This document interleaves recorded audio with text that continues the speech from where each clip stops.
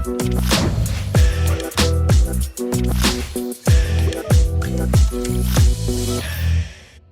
right. Well, hello, and thank you so much for stopping by the In Tribe. My name is Ciera Payton, and this is the In Trive Talks, a place for the inspired, thriving, and creative tribe. I had to throw that in there because this is all about highlighting and amplifying the creative voice and the artistic journey, and just giving a platform to everyday creative heroes like you. Yes, you, the person who is watching this. So, look, today's guest is just one of my dearest friends who I just love so, so, so much. I know I say that about everyone, but seriously, everyone that I bring on here, I love. And so since I love them, I want to share them with you and have you hear all about their journey and their story. All right, so today's very special guest, his name is Deric Augustine. He is an actor originally from New Orleans, Louisiana. As a teenager, Deric started his career in the arts as a theater performer. He later graduated from the University of New Orleans, where he studied theater and drama. Upon graduation, he moved to New York City, where he continued his studies at the Negro Ensemble Company. And then later, he moved on out to Los Angeles. He has been featured in a variety of different films and TV shows, but most notably, he plays Muhammad Ali / Cassius Clay on Godfather of Harlem. Look, this is going to be a really, really good conversation. I'm so excited that you're here. So he is waiting in the waiting room, and I'm going to go ahead and just bring him on in. So let's do this. Let's go ahead and welcome Mr. Deric Augustine. Deric, oh my gosh, hold on. Wait, we just gotta pause for the moment because I haven't seen you in forever. So it's been a long time, yo. Man, it's been crazy long. How are you? Yeah, I'm good. Just busy with my novel, honestly. But working on your novel, that's pretty dope. Yeah. That's been a process, yeah. It's been a wild journey. It took me like 6 years to write it. Mm-hmm. And I finished it early last year, and I thought the hardest part was going to be actually writing the novel. No, the hardest part is the editing and the beta readers and getting it to a point where it's ready to pitch to the big 5 publishers, because that's my goal. Wait, was this what you were telling me about before a while ago? Or is this? I think I told you about this one before, about the Black Wizards in New Orleans. Yeah. Yeah, I told you it took a long time to write that thing, man. Oh, Deric. Yeah, it's 95,000 words, over like 400 pages. Oh my God. Yeah, and like I said, I finished it early last year, and I had to do a whole new rewrite on that thing. It took me 4 months to. I'm talking about writing almost every day. Oh my God. I mean, Yeah, but that's no, incredible though that you, are yeah, getting it done. I mean, yeah. I It, mean, you're doing most than what people can even say. So yeah, I mean, hats off to you. Seriously. yeah, yeah. I know. It's my I used to go to a writing class out here specifically for novel writers, and the teacher always said there's 2 type of writers: one who say they're gonna write a book, and one who writes a book. So Yeah, I'm probably I want to be the one that writes a book one day. So you can do it. It's just, man, it's hard work. I'm not gonna lie to you. yeah, man, but Yeah, hats off to you. I love it. appreciate it. Now, So are you still in Sherman Oaks? yeah, I'm still in Sherman Oaks. Nice. All right. Yeah, we haven't seen each other since I moved away. I feel Yeah. like I'm in a whole other country now. So No, I feel like I went to y'all yeah, you did. conference. You came over. Yeah.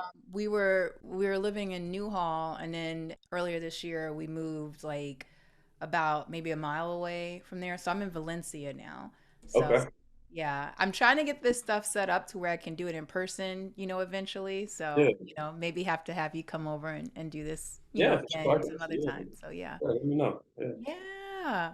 Oh my gosh. Okay, so we're just gonna like just hop in because like I want to catch Yeah. up with you. I want to see how you're doing and everything, and I also want to let the people here at the In Tribe know everything that there is to know about you.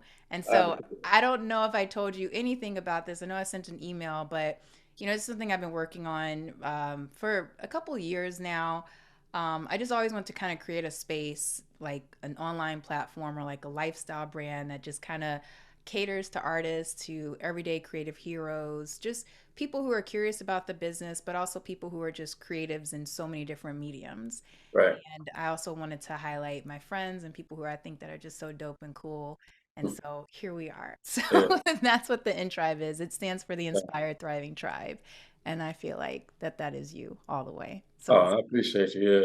Yeah. I yeah. feel like we've been a tribe, a little tribe since we came up in New Orleans, For So sure. I appreciate that.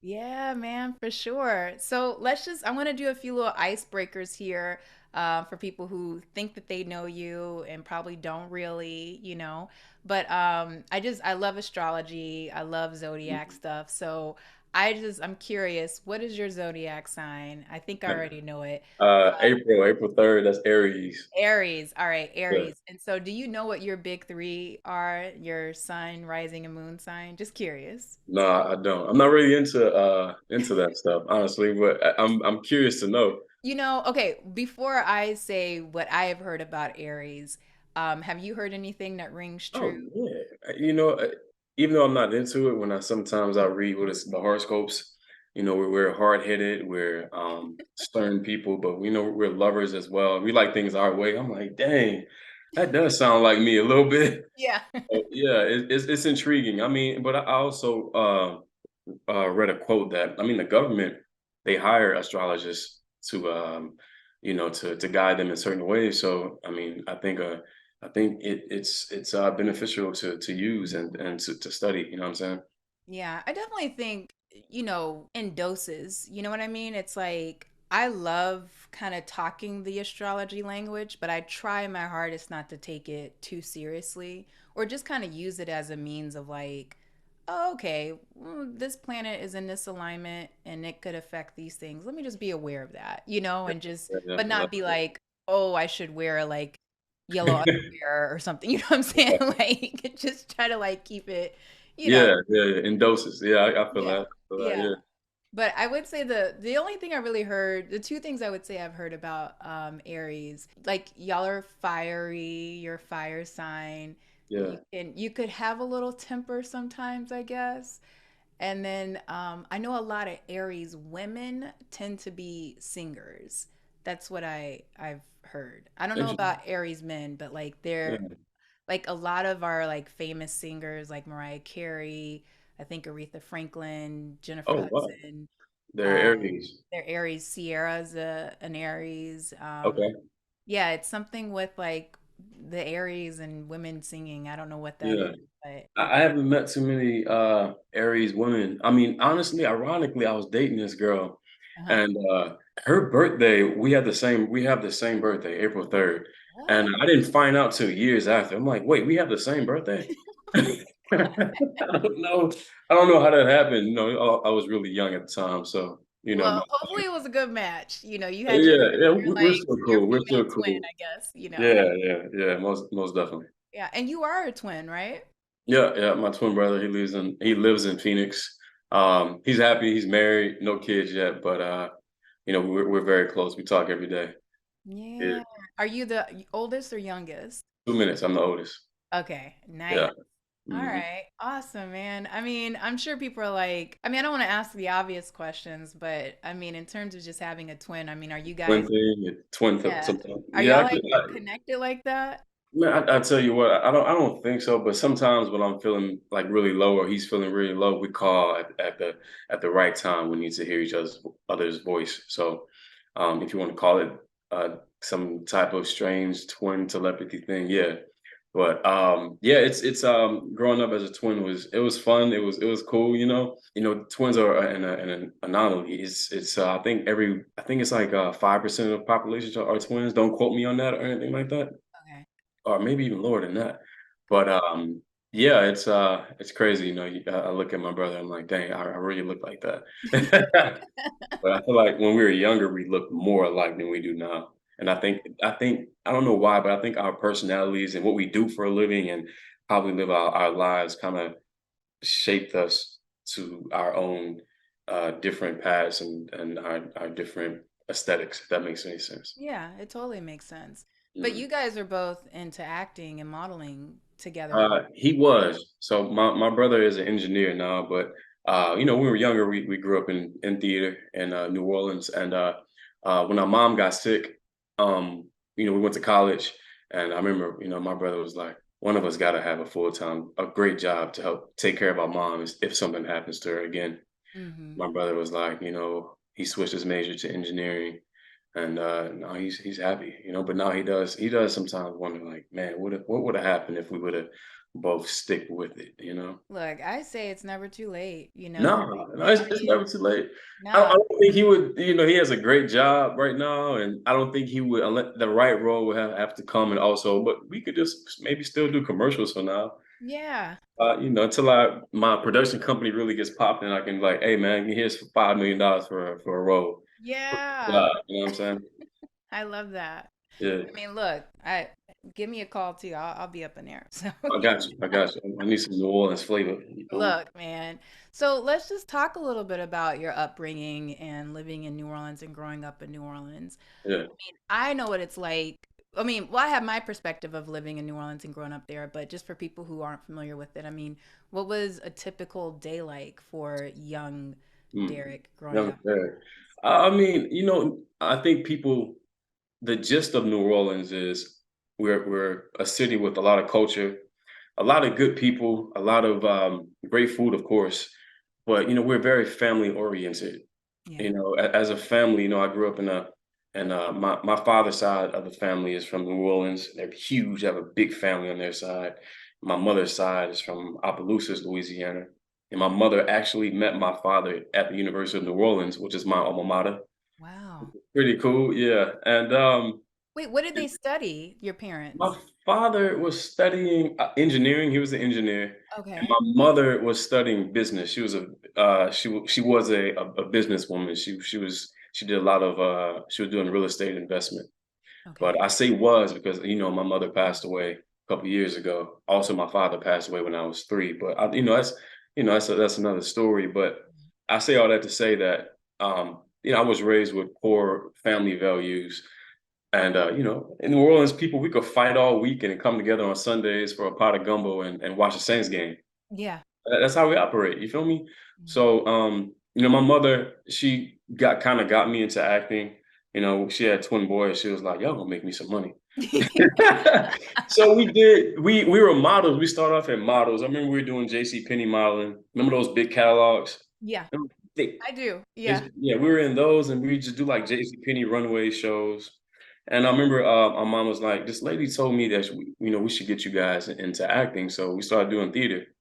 I remember the first play I did. It was King and I, the King and and I fell in love with it, man. And I studied doing more theater, and then I remember our mom, when she got us new headshots, and we were about to move to LA. My mom got sick. Mm. She had a stroke, and our lives changed. It took a 180. We had to move in with our grandparents as teenagers, and we had to help take care of our mother. So our acting careers were on kind of a halt, if that makes any sense. So when college came around after high school, we got full academic scholarships, and we're like, what are we gonna do? I wanted to go to Juilliard, but my mom was still in and out the hospital, so I was like, let's just go to UNO to stay in New Orleans, and that's what I did. I studied theater, and what I want people to know is that New Orleans is artsy, and it has great TV, film, and theater schools that people should be gravitating to in New Orleans. Like, UNO has a theater program. Yeah. Um, Dillard has a phenomenal theater program. I think Tulane has the best Shakespeare program in New Orleans. Oh, wow. Of course, we have NOCA Yeah. in New Orleans for young gifted kids and stuff like that. So I studied theater at University of New Orleans, and then after I graduated, I moved to New York, and that was it. I continued my studies in New York, and started working as an actor and going to school. And I've been blessed to. I think I've been doing this professionally now for 10 or more than 10 years, and I've worked on some great projects, and that all started because the love I had for acting. My mom put me into theater at a young age in New Orleans.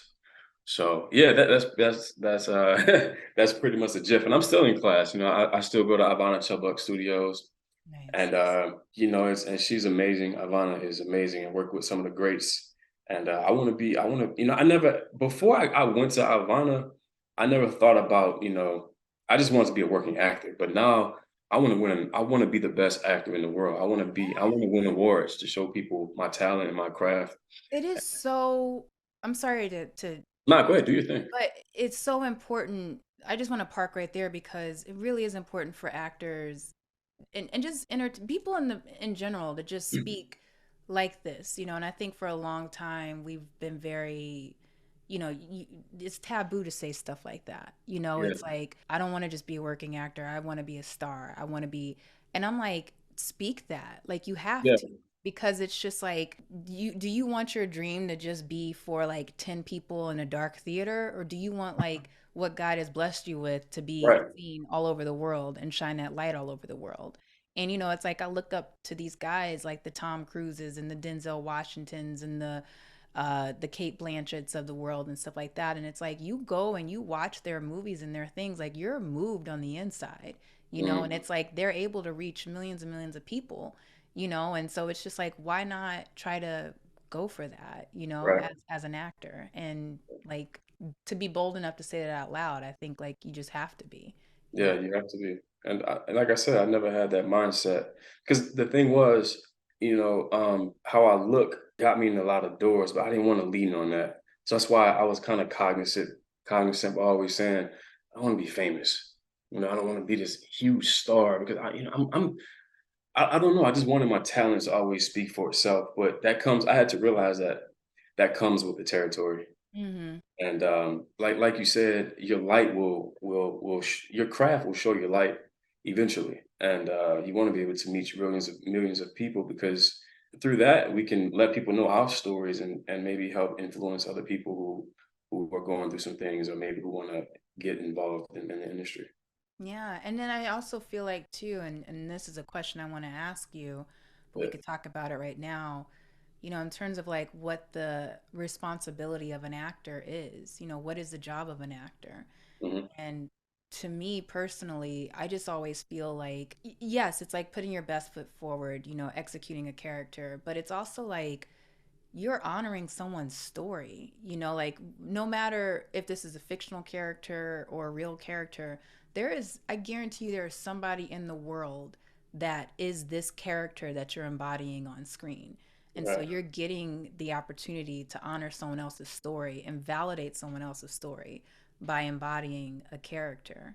And so I think, like, yeah, if you have an opportunity to do that on a huge scale, like, why not manifest that? Why not put that out there in the world, Like, Exactly. yeah. So just curious to you, like, what do you feel is the That's job of an actor? You know what? One of my so I'm in Ivana's class, and probably one of the best students in there. He teaches entry level class in Ivana Cello Studio. Mm-hmm. I went to class. So when I don't have anything going on, I even go to other people's classes to take notes. I want to Nice. be great, and I think I taking other people's work, and I see, oh, I can do this, or I take in a teacher's notes and I can critique myself like that. So I'm in the master class, and I went to the entry level class last night just to take notes. And his name is Alex, the teacher. He kind of said something that kind of resonated with me. He said, "You know what? The acting career is the most stupidest and hardest thing you can get into. But to be successful, you have to have a stupid work ethic," which is true. Mm-hmm. So whether it's the writer approaches me with a script, a director, a producer, I'm honored for them even to suggest me to be a part of it. And you want to do the best you can, and you want to put your best foot forward to be the best actor on their project. Yeah, And I think in order to do that, you have to have the proper training that's going to give you the rights to put your best effort forward, if that makes any sense. So I think it takes a lot of hard work to gain this confidence yeah, as an actor or actress, because once you hit a certain level in your career, the success of that project all depends on you and what you bring to the table. And you have to, in order for you to have that, you have to show consistency and dedication to your craft. for sure. For Yeah. sure. Because so many people, I think, since the invention of social media and just like that instant gratification, Yeah. this is the part people want to go like this to. You know what I mean? I But know. it's like you've been doing this for years. I mean, I've been doing this for years. I remember when the Wendy Williams movie came out, people were like, "Oh, like where have you been? You just," and I'm like, They "Yo, don't I'm see like that. 16, 17 years into this." You Yeah, know, like I I know. didn't just show up, you Yeah, know? yeah, Like I I've been know. grinding this whole time, you know? And But it's you know, like, they don't see that. They don't see the hard work and dedication. It's like a glacier, right? They see the tip of the glacier, but they don't see the bottom of that. I'm sorry, of the iceberg. How deep that iceberg is in the ocean. That yeah. makes sense. They only see, what's sprouting out the water. And man, I've been doing this for a long time. But I was once that eager little 21-year-old fresh out of drama school in New York, and like I want to work. I want to be a lead. I want to be a lead. It's my turn. It's my turn. Mm. Boy, I got punched in the mouth. It takes a while for you to have this, like I said, to have this confidence as, man, I'm ready now. Because believe you and me, man, people will tear you down if you're not doing a good job. Yeah. They will. Yeah, They will. And I yeah, mean, that's why you gotta have that training to back it up. And also you yeah, just have to have that blind faith and that blind yeah, belief in yourself, you know? yeah, most definitely. I remember. Sorry to cut you off, but remember when I played Muhammad Ali on Godfather Harlem? Yeah. I remember feeling this amount of pressure on my shoulders, and I remember it was the first scene I did. It was me and Vincent D'Onofrio, Mm. and I remember having that pressure, like, man, what am I doing here? Oh, About to mess up. Why do I have this opportunity? And what brought me out of that is knowing that all the theater I did and all the work I put in and the training that I had. I remember I was so nervous, and I thought back when I did a play. Remember when I did that play um, at um, Pasadena Playhouse? yeah. Our Our town? time, our time. And I remember going back to that moment now, and I thought, Derek, you were a lead of a play, Yeah. and you didn't mess up not one time, and you Mm. got outstanding reviews. You deserve to be here. Yeah. That's what brought me out of it. So you just Mm. have to know that your hard work has brought you to the place where you deserve to be at. Yeah. I mean, and I think that I thank you for speaking on that because I do think that that is so normal as performers to have that, you know, it's they call it like the imposter syndrome, Yeah, like yeah, am I yeah, good enough? What am I how did I get chosen for this? And it's just like when you ease into the ride of it, like you realize like you're meant to be there the whole time. yeah, And it just you got to get over that one little hump of like, all right, here we go. yeah. It's like, Yeah, I know. I feel you, and it's hard to have that validation because I think as actors we judge our success on the next project. yeah. For me, it's like, God, I need a series regular. I want a great indie to show my. I want to get nominated. We just have to realize that you're on a certain path, and you gotta just be aligned where God has you, and know that you have to have faith that He has plans to prosper you, not to harm you. Ooh. Oh, let that resonate for a second. Just let uh, that go. yeah, Yes, I love that. Cause that's look, I don't know if you've experienced that, but I definitely did, in my career in terms of like, coming off of a project and expecting something else, nice. and then it's just like crickets, Great. You're like, Yo, same. It happens to me all the time. Especially, my team and I thought that Godfather Harlem was gonna be that one. yeah. Nothing.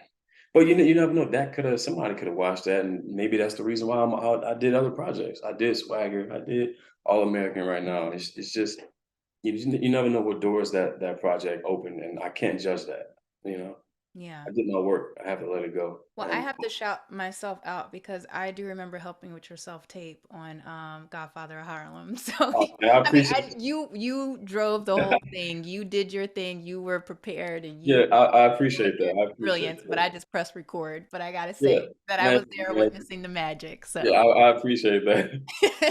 What transpired, So I thank you for yeah, that. man, no problem, man. Okay, so well, actually, I do want to go back just a little bit, just talking about that whole just moment of coming off of something, it's in the world, everybody's excited about it, and then just like the crickets. I mean, I can say personally from my experience, after I did the Wendy Williams movie, you know, it was just like huge sensational thing. I mean, I'm driving on a 405 and there's a billboard with me on it, Yeah. and just feeling like, okay, this might be the moment. This might be the thing, you know? And then follow like the months and the years after that, audition, audition, audition, audition. No, no, no, no, no, no, no, no, no, no, no, no. Like, and it just, I remember I had a point, I think I had reached up, I kid you not, and this is like across the board, commercial, theatrical, voiceover, but I had reached like the 100th audition and it was like the 100th no. And I was just like, I don't know if I could go any further. I don't know if I could keep doing this. And Yeah. like I was in the middle of an audition and had gotten the call saying that you've been released from the pen. We don't, we went in another direction. And I was just like, I just fell to my knees and I just started crying. And it took me a while to kind of pick myself up, but I just wonder for you, like in those in between times, what are some things that you've done to kind of just keep yourself, I don't I, know, just positive, or have you let yourself just kind of like spiral, like give that permission to yourself, like I'm just gonna like mope a little bit, but then I'm gonna pick myself up. Like what are the things that you've implemented over the years? I don't, it's hard. I think I don't want to I don't want to bring sex into this, but I think it's hard for a man to be in this industry when he's not successful because we have to be a provider. That's how I was taught. You know what I'm saying? Yeah, yeah, no, it's Yeah. valid. Yeah. You want to provide for your family. I don't have a family yet, but that's my goal, to be Mm-hmm. financially abundant, that I can, if my wife doesn't want to work, she doesn't have to work. I want to put my kids in the best private schools. I want the life for my kids, which I didn't have. Mm-hmm. But to answer your question, I don't let those thoughts, damn, I'm not doing it, I'm not making it yet. I try not to let those thoughts fill me and bring me down. So in the moment of lack, I put moments of abundance into my life through writing.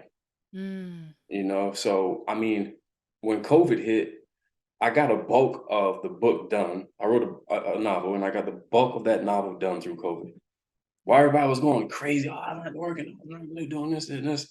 Okay, I'm gonna take advantage and finish my novel. That's what I did. And my plan, when the series regular does come or the big movie does come, I'm gonna shadow every director. And when another time of non-work doesn't come, I'm gonna be directing episodes, which I don't want to do. I don't want to be a director, but it's all in the industry, Yeah. right? I'm a producer. I'm a writer. I'm gonna direct because believe me, times of shyness as far as like not working is gonna come again. And in those times, hey, showrunner, I need a job. Can I direct an episode? Yes, you can. That's what actors need to start doing. And if you're not booking jobs, create your own job. That's Mm-hmm. what that's what Sylvester Stallone did with Rocky. It's like, okay, nobody's giving you a job. Make your own stuff. You know what I'm saying? Which will create an avenue for people to see your true artistry, which a lot of people don't do. And then people who do take advantage of that work nonstop. Like what's the Vin Diesel? Vin Diesel was like, "F it, I'm not working. I'm gonna create my own short about a struggling actor." Then he started working on that. He started working nonstop once he released that short film. So you have to, I think, in those moments of lack, you have to create um, through the abundance of your artistry. You're not just an actor. You've worked with a lot of people. You did plays, right? You through auditions we read and we audition through multiple pages of dialogue. Why Mm-hmm. can't you create something? You know what I'm saying? It takes 5 years to become. It really takes 10 years to become an overnight success. And I didn't when I first Yeah. graduated from theater school, Sierra. I remember I met Jeffrey Wright, and Oh, we I were love Jeffrey Wright. good man, good solid brother. And he sat me down. My godmother knows him. He's a great friend of hers. And we was at a coffee shop, and I was so eager, like, wow, I want to make, I want to be, I want to be. That man told me, Derek, I can guarantee right now, until you do another play, you're not gonna be successful. And Wow. that's exactly what happened. I had to put my pride aside. I was like, I remember I had to choose between the play I did at Pasadena Playhouse or more episodes of Cloak and Dagger. And I was like, do I do a co-star role for Cloak and Dagger, or do I do this play at Pasadena Playhouse? And I was like, let me do this play. Wow. So it's like, I mean, you have to be dedicated to your craft. And in those times of, I'm sorry to beat No, no, around no, the bush, you're but good. Please. yeah, This is your stage. This is yeah. your To stage. answer your question, you have to know that you are so good that the next job is going to come eventually. Yeah. You And that's do. it. And that's the thing. I do remember during those times, especially like I had a I think I went about 18 months, maybe 20 months before I got like the next booking after that. And I remember talking to one of my acting coaches and she was like, "Hey, you know you will work again, right? Yeah. Like you know you will." And I was like, "I guess." Like at that point I was just like, I don't know what's going on, but Yeah. yeah. But like I started to really put that back in me and be like, yeah, I'm going to work again. Like this is just it's just not the season for that. There's something else that needs to be cultivating right now and I need to be planning something. Yeah. And this is like part of that is how this platform came about, and then I also have my nonprofit organization, you know. And so it's yeah, like you said, you really rev up that creativity during those times and Yeah. just try to like not feed those thoughts of lack, you know. And I think every actor has been there. Mhm. It's I remember I was watching something with what's his name? What's the he did he was on Wolf of Wall Street. He did Oh, Matthew McConaughey. Matthew I McConaughey. love that part too. I always quote that part. I was listening to he was doing some interview. He said he got tired of being like sexy hot guy or the dumb friend. And he said that he didn't work within in the year and a half, right? And Yeah. he said through that year and a half, people forgot about him. Mm. That's when casting directors started to be like, I haven't seen him in a long time. What has he been in? Let me give him something serious. Wow. Then he started working on the stuff he wanted to do because he got tired of doing the other stuff, turning down jobs. He was like working, doing a non-acting job, and then he started getting the roles that he wanted. So maybe in that season of lack, God was like, I'm propelling you to where I want you to be, and where Yeah. you just got to have your faith. And like you said, through that time of not working those 18 months, you cultivated your other business revenues. So Yeah. And it really is. I just think it's a strengthening, you know, time too. I mean, it's yeah, like not in a weird, twisted way where it's like, how bad do you want this? But I just think it's a time to just be like, oh, let me just get reacquainted with myself and like, what am I doing and what's my why?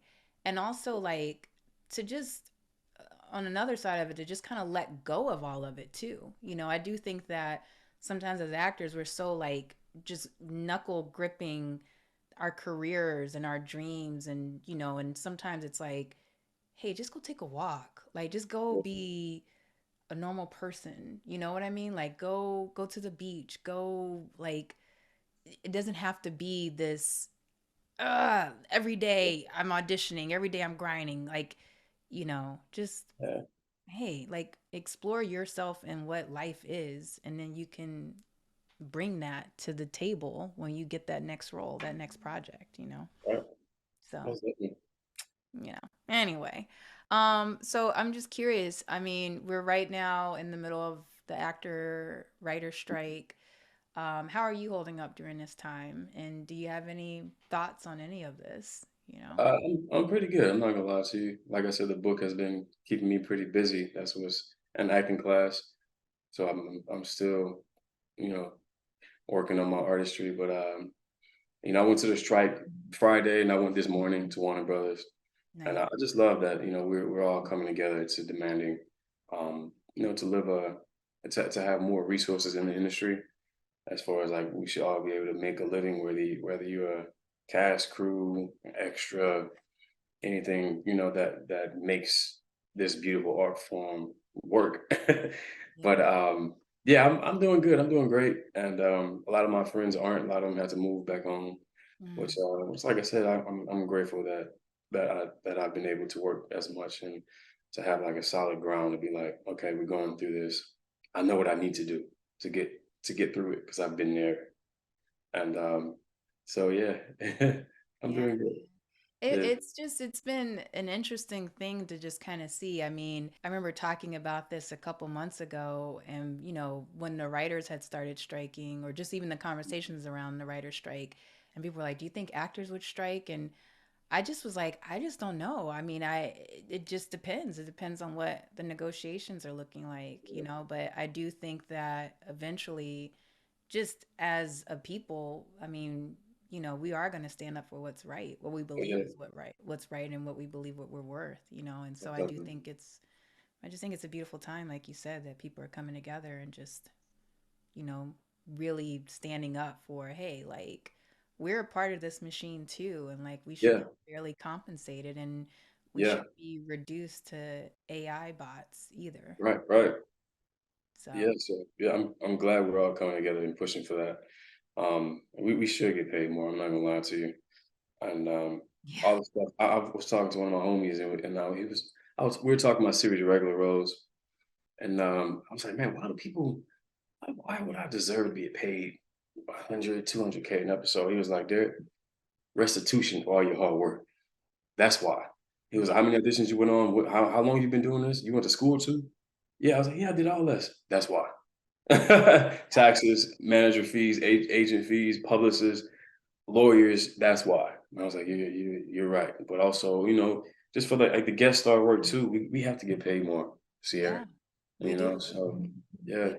And the thing is that, some of the conversations I've been seeing on social media for people who aren't in the business, they kind of look at us as like we're being like babies or like being spoiled spoiled. or They don't whatever. understand, man. And no, and it's not even like us like playing a violin and being like, "Oh, it's so sad," but it's just like if people really understood like what the big pie is and Hmm. like the percentage of that pie that we're getting and like we're the face of that pie, Yeah. it's kind of like, man, and I'm not,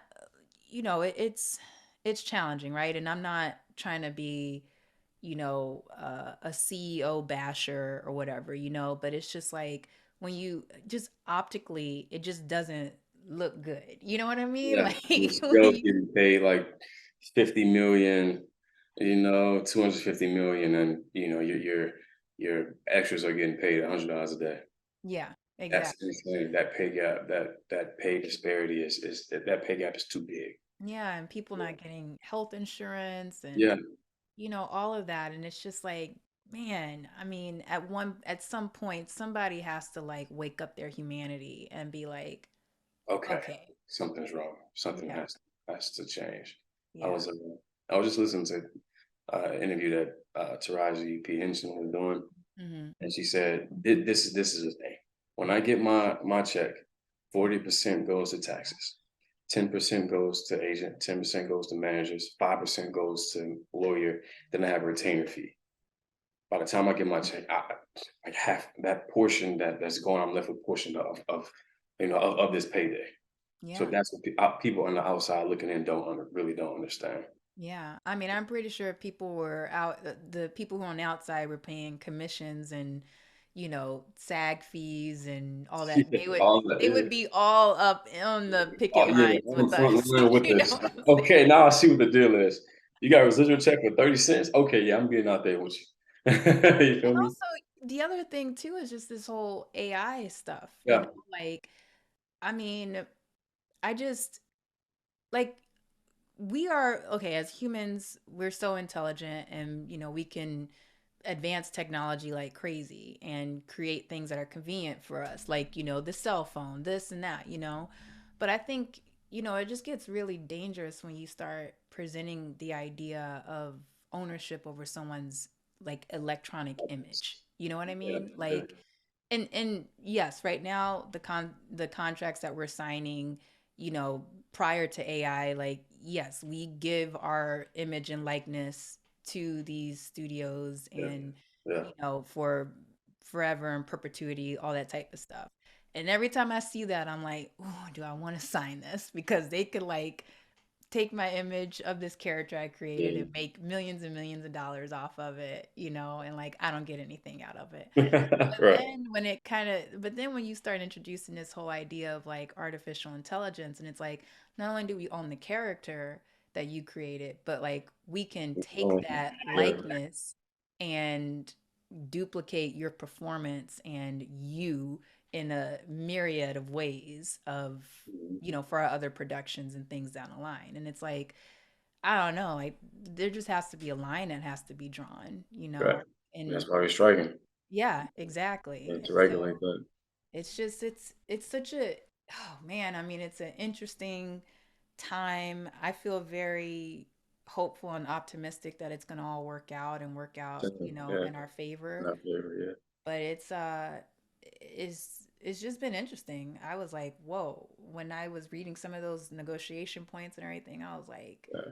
this is crazy. Yeah, one of the one of the negotiations about they're trying to scan background actors, pay them a one-time fee, and use their likeness for the rest of their for the rest of their lives. Did you hear that? Yeah, I did. Yeah. And I was disgusted by that when I saw that because it was Mhm. shortly after I had read a story about a girl who said that her grandmother worked as a background actor for like 15, 20 years or something. And then that was how she was able to get health insurance. And like Wow. the idea of Wow. her grandmother being scanned and only getting paid $100 and never being able to work again is just like it's inhumane. It It's is. just it's It is. unfair, Yeah. and it's just like Yeah, AI is definitely scary. And I was talking to one of my friends, he's in tech, mhm. and he was like, years down the line, what they're worried about is if AI ever gets a conscience that it's alive. I mean, even the creator of AI, you heard his statement. He was like, he kind of retracted he kind of said that he was sorry for creating AI. He Wow. created a monster. Wow. So I yeah, mean, that's what I'm saying. It's like we just got to be careful. And like at this stage of the game, no one should be claiming ownership over anyone's or creating any AI off of anyone right now. right, exactly. No Like one. let's just Yeah, everybody just pause. This stuff is so new, yeah, and it's like let's yeah. take a breath. Let's just like, let's figure this thing out first and then, Then come back to the chopping block yeah, years exactly. down the line and figure out, okay, maybe, but like right now, why are we proposing this stuff? Like, let's just not. Just stop. Just, Yeah, anyway. Anyway, interesting times, crazy times, but like I said, I feel for sure like it's all gonna work out. yeah. We're gonna We're come gonna out. do okay. Yeah, Yeah. I yeah, mean, we had a strike before. We're gonna get through this one again. Hopefully for the better. for So sure. we're gonna be all right. Yeah. Our unions are advocating for us the best way they can. We have to trust and believe that a settlement will come. It Yeah. has to. I mean, Yeah. I mean, creativity is just powerful. And I just think, I think the world, like we feed off of creativity. We're creative beings, humans. Yeah. That's just what we are. So it's Part of like being you. Yeah. we That's what gotta we can we do. gotta keep it going, So Yeah. yeah. Well, I just want to know a little bit about your journey to LA and what that was like for you. I know you went to New York first, Yeah. but I feel like everybody kind of has a crazy coming to LA story. And so I just want to hear what that experience was like for you. Maybe you don't have a crazy coming to LA story, but what was it like just Um, transitioning from New York to yeah. I don't think it was too crazy. I think it was just like it was just as well. I think it's just as crazy as every struggling actor had to do to make that jump. I was in New York at the time, and I was working on this show called Notorious on ABC, and that show was shooting in Atlanta, and I was working as a local in New Orleans. Jesus. So I was, I've been there. I've been there. flying myself out, staying in New Orleans, driving all the way to Atlanta. And I remember the show was like, we're gonna move to LA next season. So I packed up my stuff and I moved. I drove my Jeep at the time all the way from New York to LA. And I found a roommate and that was it, and I'm gonna figure out that show got canceled. What? Yeah, the show got canceled. I was like, oh man, okay.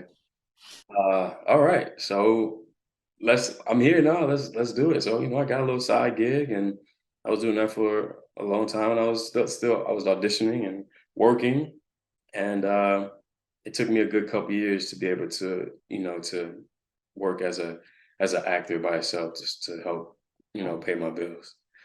But man, it's just you gotta pay your dues. Mm-hmm. People think that it's easy, just come to LA and you become a star. That happens sometimes, rarely. Yeah. But I Yeah. mean, the most successful people that you see that are great, no, they have these struggle stories Yeah. because it's just a part of life. I believe. I think if you want to be great at something, there's. I mean, look what Frederick Douglass said. There's no. progress without struggle. Yeah, that's true. If you want to be great in this career, you're gonna struggle for a while. It is what it is, you know. So I mean, it teaches you grit. It teaches you who you are as a person, and it really not pressures you, but it tests you to see if you really want to be in this industry for the long haul. And Mm, that's the people who are going to be successful. yeah, and it definitely builds character too, you Yeah, know? there's a lot of character. Yeah. Yeah. Did you have any type of side gigs or anything? Yeah. Like, and can you just share what some of those Yeah, were? shoot. I was in New York. I was bartending. I was waiting tables, and I mean, all doing what I had to do. And I mean, I was in New York. I was living in New York. I had to fly to LA for some auditions, and I had the money for the rental car, but didn't have the money for hotels. I had to sleep in a rental car, shower at the gym, and then when I got to LA, I was bartending again, delivering food. Did the Uber thing for a while, and yeah, I definitely paid my dues. Definitely paid my dues because at that time, I was doing like small guest star roles, some co-star roles, even doing a play, and where I was still doing a play, and I had to like deliver food on the side. Mm-hmm.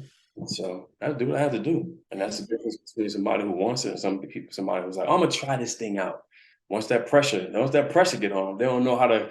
They don't really know how to conform to that pressure. Me, come on, man. I do this. What's that? What you want me to do? Yeah, that's that Aries in you. Yeah, I got this. I'm okay. All right, cool. I'm gonna make it work some way, somehow, and I know that God's gonna protect me while I'm doing it. For sure, for sure. Oh, I love that. So good. Mhm. I wanted to ask you because I'm curious, you know, as you've just been out here doing your thing, working as an actor, working on your novel, have you put in place any kind of just like special daily routines to just kind of help you just kind of, be grounded or tap into your creativity? What's your kind of like morning routine or any type of little things that you Yeah, do? it's interesting. I work out a lot. I think that helps. Not de-stress me, but that's really a big part of my routine. I'm big into health and fitness, so I work out a lot. I cook a lot. Like pre-plan my meals, and I write a lot. I write a lot, and I read a lot.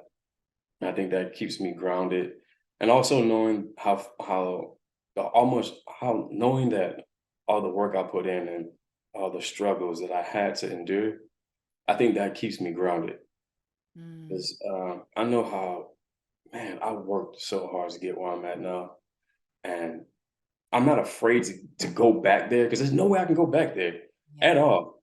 But that gives me like the reassurance that everything's going to be okay, that confidence that, man, I've hit the gutter a long time, for a long time, and it's like it wasn't that bad for me not to keep on going forward. So when COVID hit, man, I was working on so much stuff. Like I had Godfather Harlem, Swagger, and I feel like my career is about like people finally gonna see me. Man, COVID hit and killed all that. Mm, I was like, okay, I hit rock bottom before. My routine is I got to keep on going. That's my routine. I'm not afraid to fail. I'm gonna keep on going. And I think I'm blessed to have that mentality, to have that consciousness, because some people don't have that fire in them. And I'd be wondering about that. Like, dog, how you don't have this fire in you to be the best in the world? You know what I'm saying? yeah. And you got to be grateful for that too, because everybody can't want to be the best. We gotta have it has to be a balance. And I'm so grateful that God blessed me with this. God put this plans in me to prosper Yeah. because a lot of people don't have that. And this happened through maturity too. When I was in college, yeah, you know, I was doing theater, but I didn't take it serious, Sierra. Yeah. My mind was on, I'm gonna be completely honest with you, was like women being That, cool, yeah, that's normal though at that age. normal, but what if I had somebody like me at this age to teach my young self that, dog, Yeah. that can be put on the back burner, bro. You in this theater program, you should be taking this theater program so serious.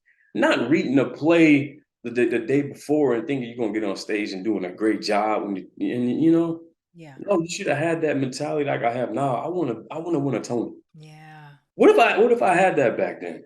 You know what I'm saying? Hmm. I mean, maybe I could have went to grad school and went to Yale or Juilliard like I wanted to.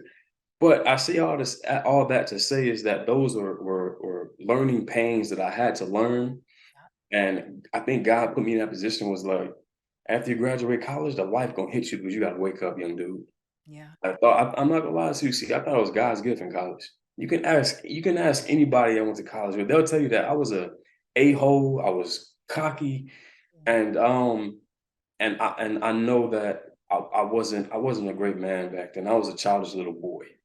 Okay. But as I got older and matured and started really honing into my craft, that routine kicked in, and that routine keeps me going. I want to be the best here. Like last night, I went to a beginner's acting class to learn Yeah. because those beginner actors, you're like a kid, and you Mm. ever watch a kid just dance?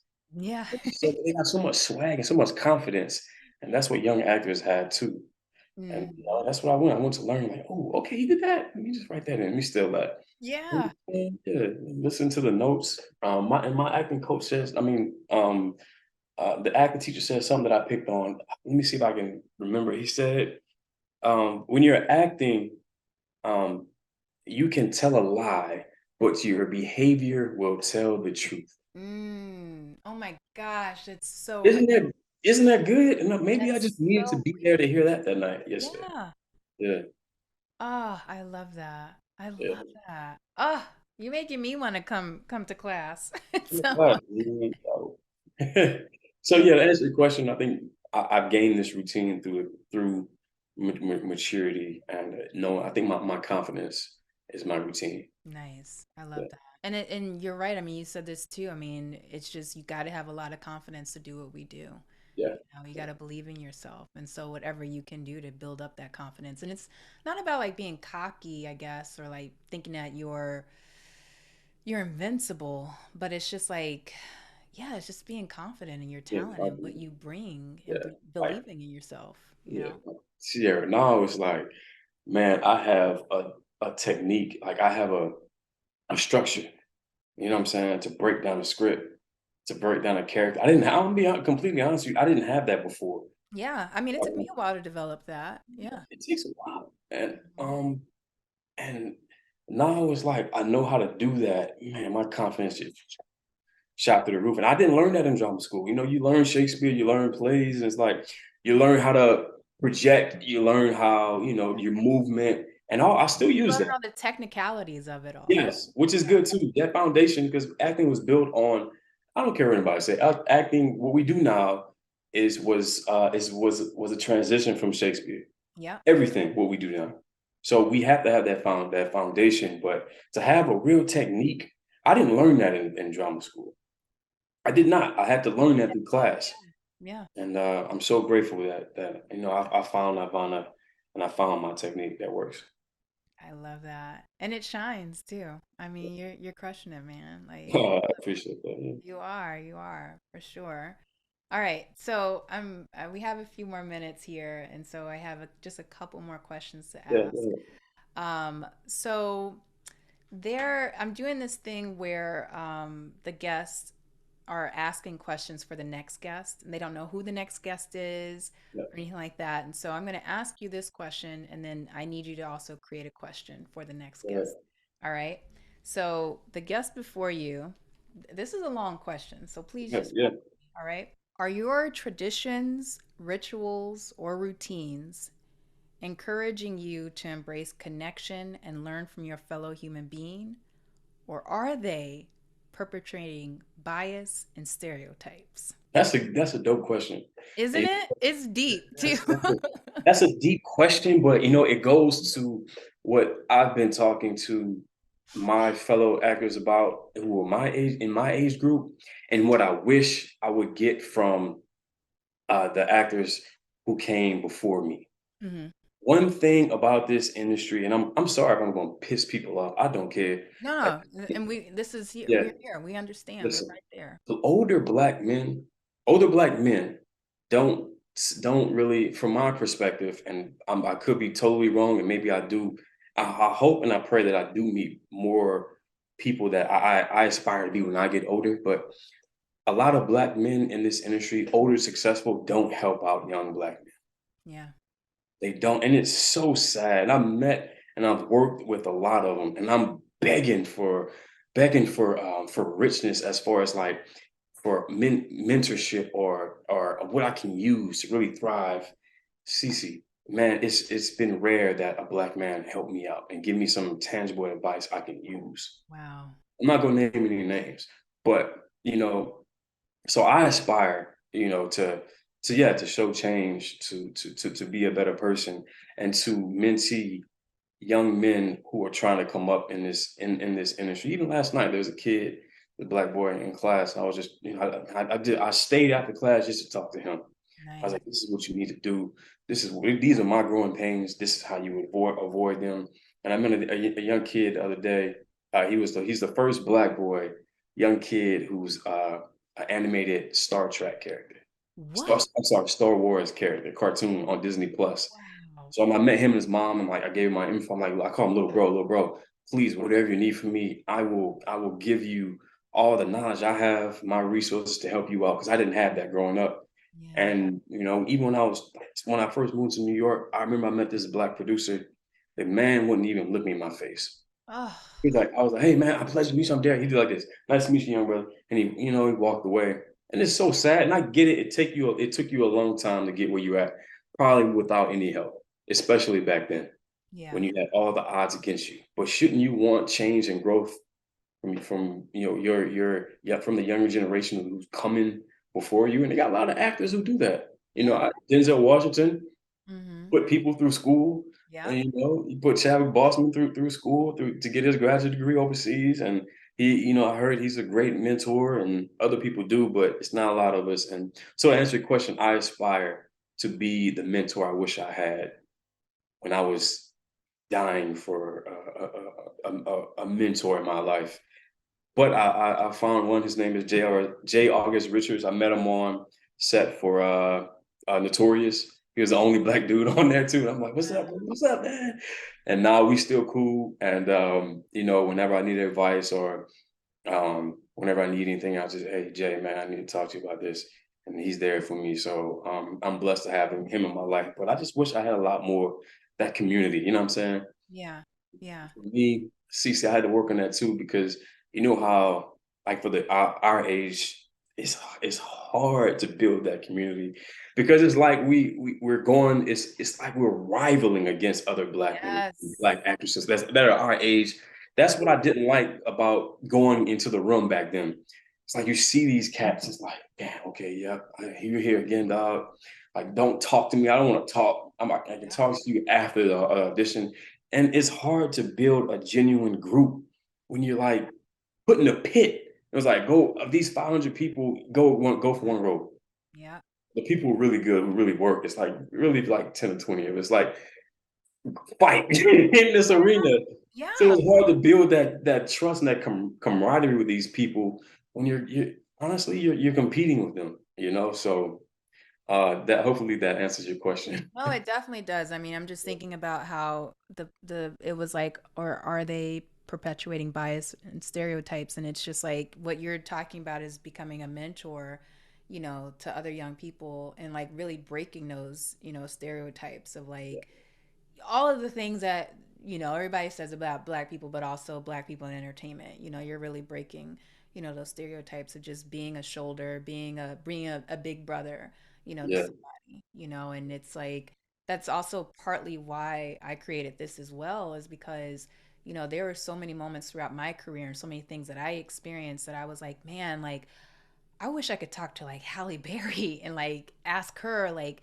how does she get yeah, through something like this, or like yeah, Pam Grier, or you know um, Felicia Rashad, or all of them, Gina Torres, and just be like, just how do I, like, I'm going through this moment, like how do I get what's through up? this or whatever, Yeah, I know. Yeah, and I didn't have anybody really like that, coming up.